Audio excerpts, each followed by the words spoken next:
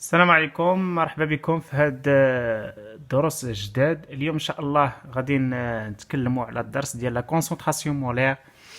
بالنسبه لا كونسونطراسيون مولير كنعنيو بها هو التركيز المولي.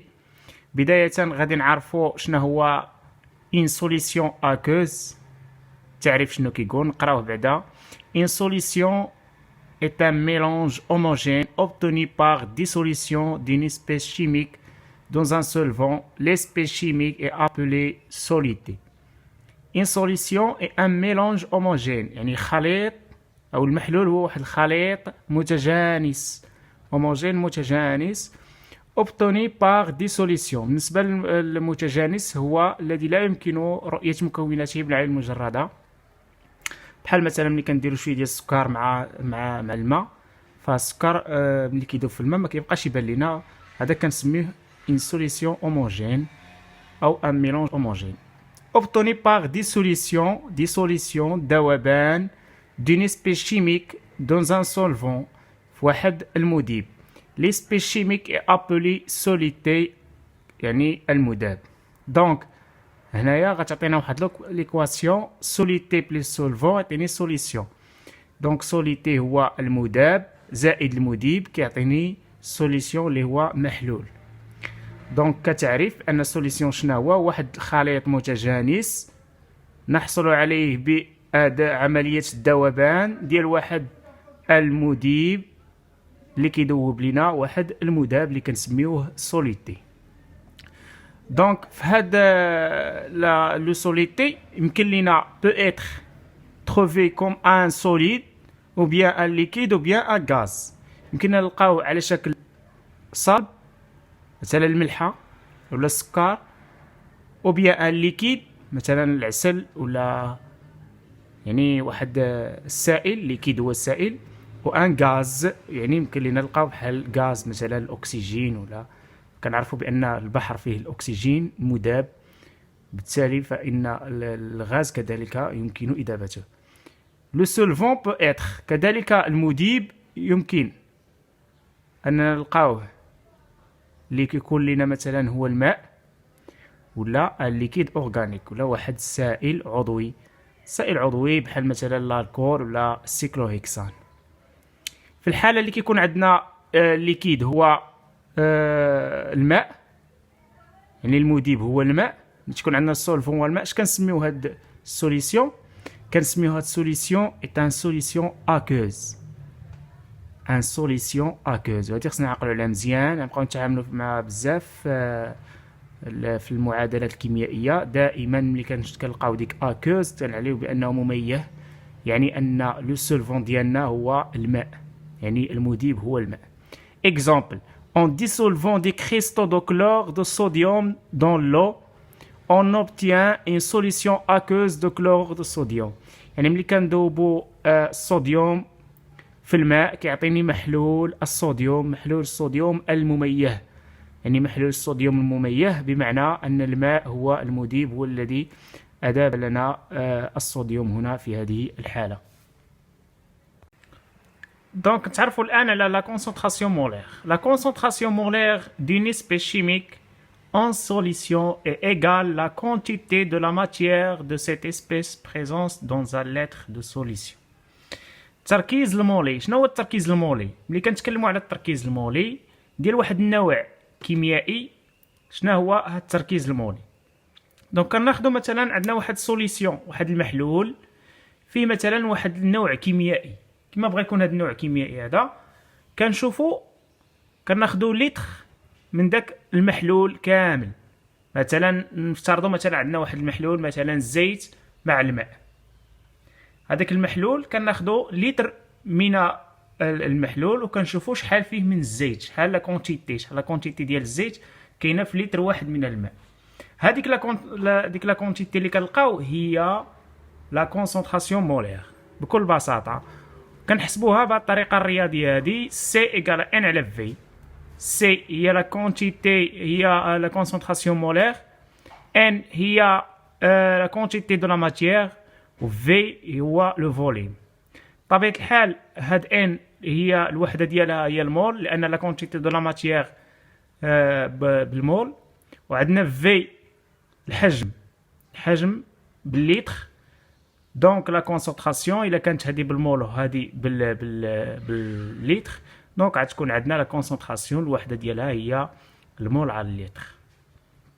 Remarque, on peut déterminer la concentration d'une espèce chimique X dissous dans un volume V à partir de sa masse. يمكن لنا نحدو هاد لا كونسونطراسيون مولير ديال واحد النوع كيميائي، يمكن لنا نحدوها انطلاقا من الكتله. كنعرفوا بان ان ايكال بيتي ام سير غران ام، هاد العلاقه هذه قريناها في الدرس اللي فات. يعني ان ايكال بيتي ام سير غران ام، تنديروا لا ماس على لا ماس مولير. وكنعرفوا كذلك ان سي ايكال ان على في، يعني لا كونتيتي دو لا ماتيير سير في. دونك غادي نعوضوا هاد ان هادي غنعوضوها باش ام على ام. دونك هاد ام هادي غتبقى الفوق، وهاد ام التحتانيه غتجي لتحت، وتولي عندي سي ايكالا ام على ام فوا في. دونك يمكن لينا مثلا فواحد ليكزيرسيس يعطيوني غير بيتي ام، يعطيني لا ماس مولير، يعطيني في، يقول لي حسب لا كونسونطراسيون مولير. هذه هي العلاقه اللي غادي نخدم بها، غندير سي ايكالا بيتي ام سير غران ام فوا في. دونك شوف واحد لابليكاسيون، هاد لابليكاسيون هذا on dissout une masse de 17,1 grammes de glucose dans de l'eau de façon à obtenir un volume de V égale à 500 ml de solution de sucre. دونك هنا شدينا ذوبنا واحد 17.1 غرام من الجليكوز في الماء باش نحصلوا على محلول السكر. دونك اون دون عندنا عطاونا هنايا لا ماس مولير ديال C6H12O6 اللي هو الجليكوز، هذه هي الصيغه الكيميائيه ديال الجليكوز. دونك égal à 180 grammes par mol. Quelle est la concentration molaire du glucose C6H12O6 dans cette solution? دونك هنا كيطلبوا منا اننا نحددوا لا كونسونطراسيون مولير ديال C6H12O6 اللي هي ديال الجليكوز. دونك كنطلب منكم انكم توقفوا الفيديو وتشوفوا تحاولوا انكم تبدوا ورقه وتخدموا من خلال هاد العلاقات هادو اللي خدمنا اللي تعرفنا اليوم في الدرس. نخدموا هاد لابليكاسيون هادي وكملوا معايا التصحيح. دونك كنتمنى انكم تكونوا درتوا محاوله.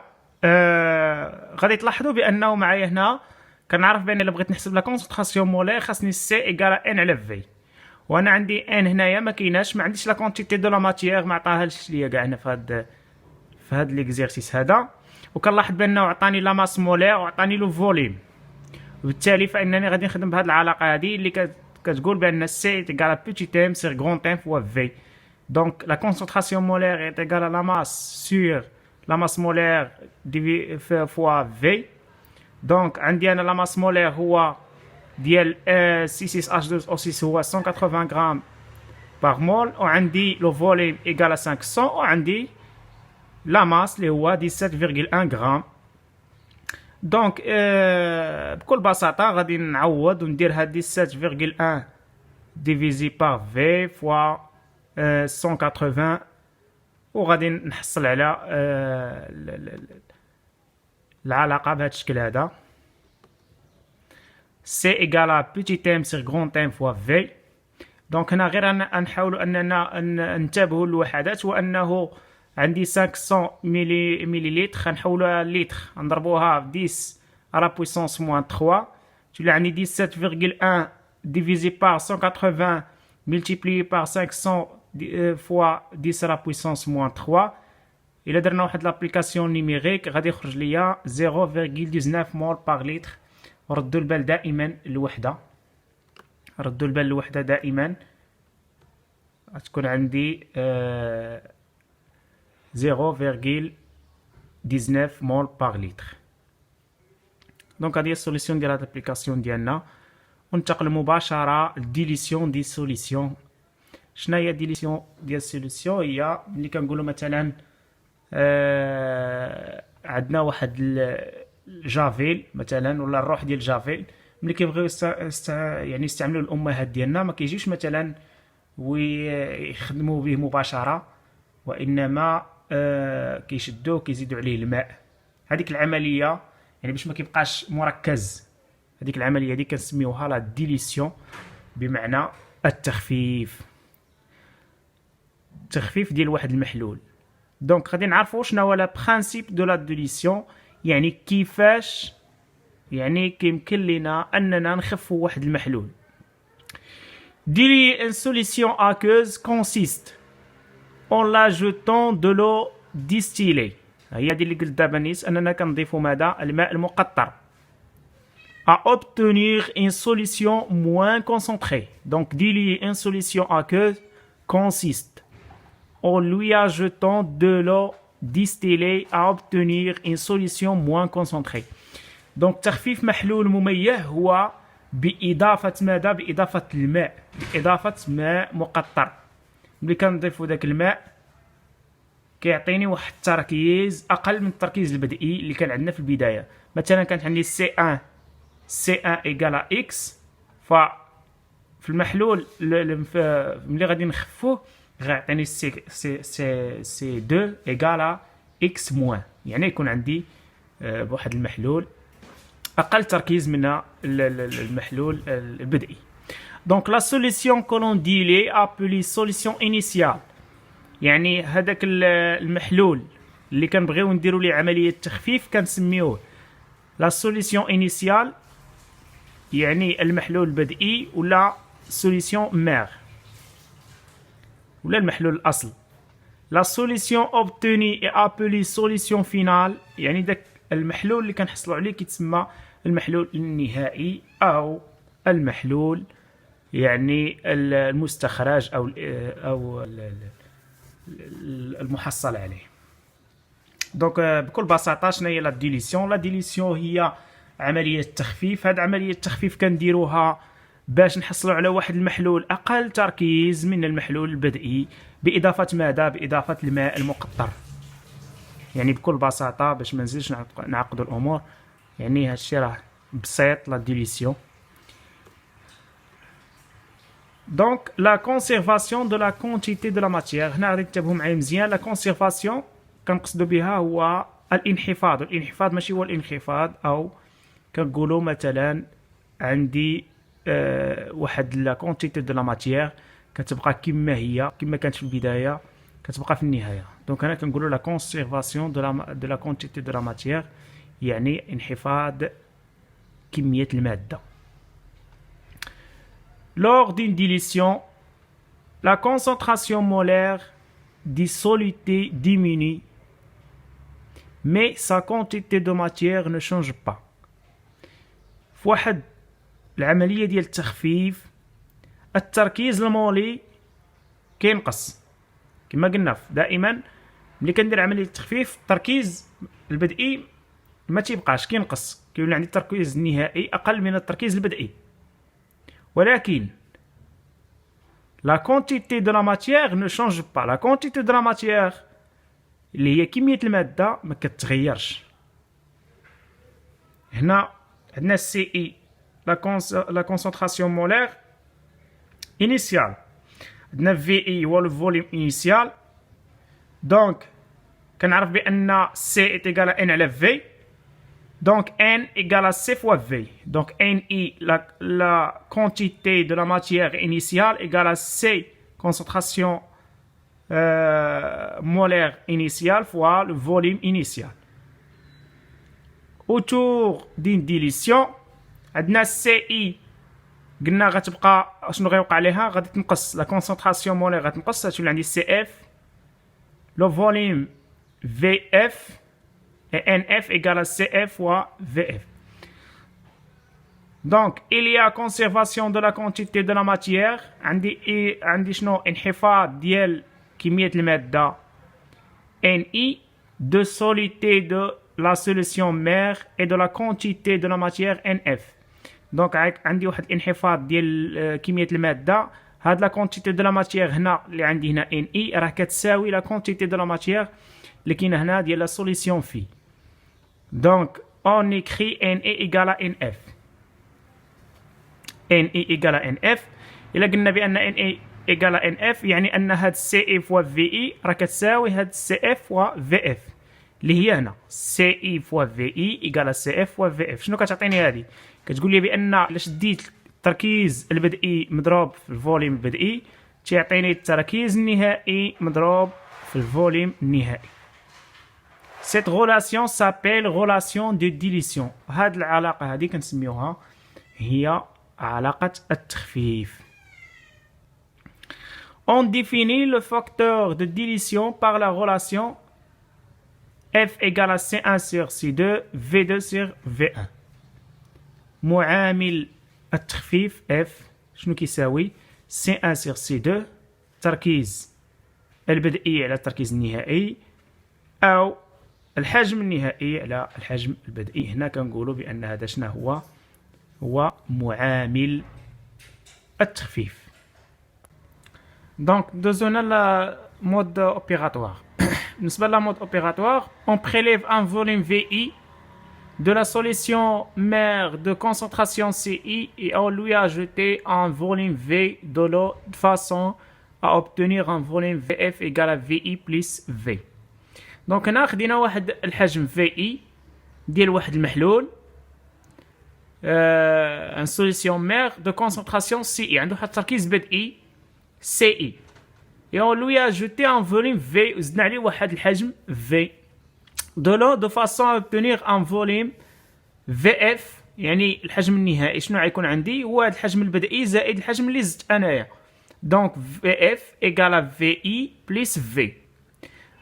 Donc la concentration de la solution phi obtenue est CF. Donc CF هي التركيز النهائي اللي غنحصلوا عليه.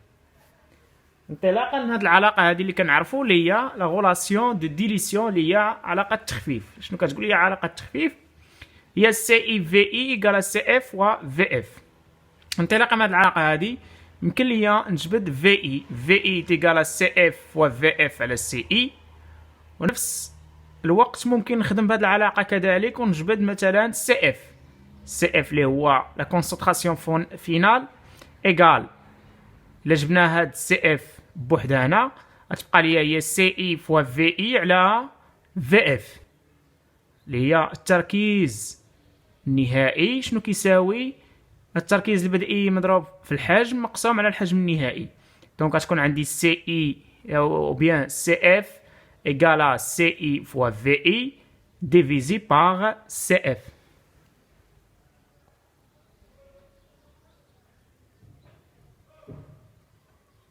دونك هنا هذا هو البروتوكول دو لا ديليسيون. هنا كيكون عندنا سوليسيون مير كناخذوا منه واحد يعني تركيز اولي او واحد حجم اولي. من بعد شنو كنديروا ليه كنزيدوا ليه لو ديستيلي. ملي كنزيدوا هاد لو ديستيلي كنحصلوا على ماذا على سوليسيون في. هاد السوليسيون في هو المحلول المميه اللي كيخرج لينا عنده واحد التركيز اقل من هاد التركيز البدئي ديال سوليسيون مير اللي كان عندنا في البدايه. دونك هذا هو البروتوكول ديال لا ديليسيون. عندنا هنا واحد اكزرسيس دابليكاسيون غادي نخدموه حتى هو. On dispose d'une dilution mère du sulfate de cuivre 2 de concentration C égale à 4 fois 10 à la puissance moins 2 mol par litre. هنايا كنهضروا على شنو على واحد محلول ديال كبريتات النحاس الثاني. التركيز ديالو هو C égale à 4 fois 10 à la puissance moins 2 mol par litre. Première question, quel volume doit-on prélever pour obtenir un volume V' égal à 100 ml de solution phi de concentration C' égale à 1 fois 10 à la puissance moins 2 mol par litre. Deuxième question, quel volume de solvant doit-on ajouter en déduire le facteur de dilution? Troisième question, c'était les verres utilisés pour préparer cette dilution. هنا هذا غير سؤال ديال الكور يعني تعطيني يعني المراحل وكذلك الأدوات المستعملة من أجل عملية التخفيف. السؤال الأول نشرحه هو أنه قال لنا quel est le volume doit prélever pour obtenir un V prime 100 مليلتر، يعني شنو هو الحجم البدئي اللي خصنا نختاروه باش نحصلوا على في بريم ايكال 100 مليلتر، وعطاونا التركيز النهائي هو سي بريم ايكال 1 fois 10 à la puissance moins 2 mol par litre. Deuxième question, quel est le volume de solvant doit on ajouter؟ شحال الحجم اللي خصنا نزيدو ديال المذيب اون ديدويغ لو فاكتور دو ديليسيون، غادي نستنتجو معامل التخفيف. كنطلب منكم انكم تاخذوا واحد الورقه وتخدموا هذا التمرين هذا كذلك، وتوقفوا الفيديو باش تخدموه، من بعد نديروا تصحيح جميع. دونك نجاوبوا على التمرين ديالنا. Première question, quel volume doit-on prélever pour obtenir un volume V' égal à 100 ml de solution phi de concentration C' égale à 1 fois 10 à la puissance moins 2 mol par litre. دونك هنا غادي نحددو شنو هو الحجم البدئي اللي يمكن لنا نستعملو باش نحصلوا على الحجم النهائي V' égal à 100 ml avec une concentration C' égale à 1 fois 10 à la puissance moins 2 mol par litre. دونك هنا غادي نخدمو بلا غولاسيون دو ديليسيون اللي كتقول لنا C1V1 égale à C2 fois V2، اللي هي هادي عبرنا عليها هنا ب C fois V égale à C' fois V'. دونك هنا دائما حنا كنمشيو على المعطيات ديال التمرين، عطاونا بان هاد V' هي لو فوليوم فينال و سي بريم هي كونسونطراسيون فينال. دونك غنخدمو حنا بهاد لي نوسيون ديال التمرين اللي هما في بريم و سي بريم. دونك هاد في بريم و سي بريم هما في اف و سي اف ديالنا. دونك سي فوا في تيغال سي بريم فوا في بريم. اذا انطلاقا من هاد العلاقه هادي نخرجو في اللي هو لو فوليوم انيسيال اللي هو لو فوليوم دوا بريليفي بور اوبتونيغ ان في بريم، يعني هو الاول اللي خصنا ناخذوه. دونك هنا رياضيا غادي نخرجوا هاد في، تبقى عندنا سي بريم فوا في بريم سيغ سي اللي هي هادي. دونك في ايكال سي بريم فوا في بريم على سي، وغادي نديرو ابليكاسيون نيميريك تخرج لينا في ايكال 1 فوا 10 على بويسونس موان 2 فوا 100. ديما قلنا في الحجم خصو يكون بالليتر، عندنا 100 مليلتر خصنا نحولوها لليتر، نضربوها 10 على بويسونس موان 3 اللي هي هادي 10 à la puissance moins 3 sur 4 fois 10 à la puissance moins 2 اللي هو C اللي عطاونا. دونك 4 fois 10 à la puissance moins 2 اللي هي هادي ايغال، نديرو واحد ابليكاسيون نيميريك غادي نحسبوها، غادي نلقاو 0.025 لتر اللي كتساوي ليا 25 مليلتر. دونك هادشي اللي كاين بالنسبه للسؤال الاول. السؤال الثاني، quel volume de solvant doit-on ajouter en déduire le facteur de dilution. Donc هنا volume دو ajouter يعني الكميه او الحجم ديال الماء اللي خصنا نزيدوه. كيفاش غادي نديرو نحسبوه؟ دائما حنا ملي كنزيدو واحد لو فوليوم في بمعنى في بلس في بلس في او، يعني كيعطيني في بريم. هذيك في بريم هو الحجم النهائي، والحجم اللي عندنا هو في، والحجم اللي غادي نزيدو هو في او. دونك هنا عمليه ديال الجمع بسيطه، الحجم النهائي كيساوي الحجم الاصلي زائد الحجم المضاف. دونك في او ايكال في موان في بريم، لان حنا عندنا الحجم النهائي اللي هو شحال اللي كنا لقيناه، وعندنا الحجم النهائي اللي عطاوه لينا اللي هو 100 مليلتر 100 مليلتر، والحجم اللي عندنا اللي هو 25 اللي كنا حسبناه اللي هو في البدئي، وغادي نديرو في بريم ايكال 100 موان 25 ايكال 75 مليلتر، هنا تخرج لنا 75 مليلتر. بالنسبه للفاكتور عرفنا قلنا بان الفاكتور دو ديليسيون نديرو في بريم سيغ في بريم سيغ في، او بيان في الدرس قرينا في 2 سيغ في 1 ولا في اف سيغ في اي، يعني الحجم النهائي على الحجم البدئي اللي هو 100 على 25 كتساوي لنا 4. دونك هنا غادي نحسبوا الفاكتور دو ديليسيون. بالنسبه لو فاكتور دو ديليسيون يعني دائما تنحسبوا بهذه العلاقه هذه ديال اف ايكال في بريم سير في او بيان لو فوليوم فينال سير لو فوليوم انيسيال. عندنا le volume final égale à 100 ml. On va diviser par 25 et on trouve 4. Donc 100 sur 25 égale à 4. خرجت لنا 4. Donc شنو يمكن لنا نقولو؟ C'est-à-dire que la solution mère a été diluée 4 fois. يعني أن المحلول البدئي تخفف شحال من مرة؟ 4 ديال المرات. دونك هنا باش كتجلى لنا ديك الاهميه ديال الفاكتور دي ديليسيون، يعني من خلاله يمكن لنا نعرفوا شحال من مره وقع التخفيف للمحلول ديالنا، شحال من مره، واش 2 فوا، واش 3 فوا، واش 4 فوا. هنا في هذا ليكزامبل هذا ديال هاد الابليكاسيون هادي اللي عندنا 4 فوا. كيفاش لقيناها؟ درنا لا ديفيزيون ديال لو فوليوم انيسيال سور لو فوليوم فينال اللي عندنا هنا في التمرين في بريم سير في اللي هي 100 على 25 خرجت لنا 4. Donc, نقولوا بأن la solution ديالنا solution mère a été diluée 4 fois. Troisième question, غنجاوبوا عليها هي volume initial doit être mesuré par une pipette graduée de 25 ml. Le volume final doit être mesuré par une fiole de 100 ml. Donc, هنا غادي نحتاجوا une pipette graduée de 25 ml. و كذلك اون فيول دو 100 مليلتر. وغادي نديرو هاد لي زيتاب هادو اللي مصورين هنا عندنا. بروميير ايتاب، دوزيام، تروازيام اي كاتريام ايتاب. لا بروميير ايتاب سي لو بريليفي لو فوليوم نيسيسير دو لا سوليسيون انيسيال. دوزيام ايتاب سي لانترودوير دو بريليفمون، يعني كنشدو هذاك البروليف اللي هزيناه كنعاودو نديروه في دور لو فيول.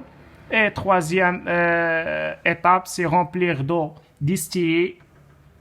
يعني كناخدو الماء المقطر ثم كنزيدوه على لو ديالنا، داك لو ديستيلي كنزيدوه على المحلول. دونك هادو هما لي ديفيرون ايتاب بور رياليزي اون ديليسيون. يعني بصفه عامه هادو هما لي ديفيرون ايتاب خصهم يتحفظوا وعقلوا عليهم مزيان. هاد لي ديفيرون ايتاب دو رياليزي اون ديليسيون. كنتمنى ان هذا الدرس هذا يكون مفهوم. الا كانت عندكم شي اسئله ولا شي ملاحظات خليهم لي في التعاليق، وان شاء الله غادي ندير حصه اخرى ديال التمارين. يلا نخليكم والى الملتقى ان شاء الله. السلام عليكم ورحمه الله.